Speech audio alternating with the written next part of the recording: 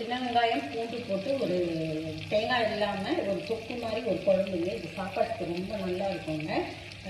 இந்த மாதிரி பூண்டு எடுத்துக்கணுங்க. இவ்வளோ பூண்டு வதக்கி வச்சுருக்கேன். சின்ன வெங்காயம் எடுத்துருக்கேங்க, இதை வதக்கி வச்சுருக்கேன். தக்காளி வதக்கி வச்சுருக்கேன். கொஞ்சமாக வெல்லம் எடுத்துக்கணுங்க. கொஞ்சம் புளி எடுத்துக்கணும்.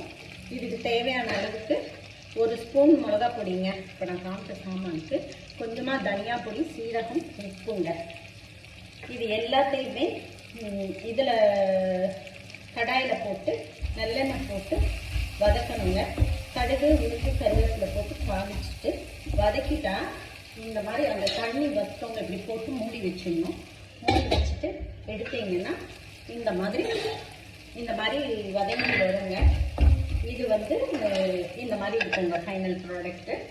இது ரொம்ப நல்லாயிருக்கும் சாப்பாட்டுக்கு. நீங்கள் பிசைஞ்சு சாப்பிட்டு பாருங்கள். இதை மட்டும் போட்டு பிசைஞ்சு அப்பளம் ஏதோ வச்சு சாப்பிட்டீங்கன்னா சூப்பராக இருக்குங்க. செஞ்சு பாருங்கள், சாப்பிட்டு பாருங்கள்.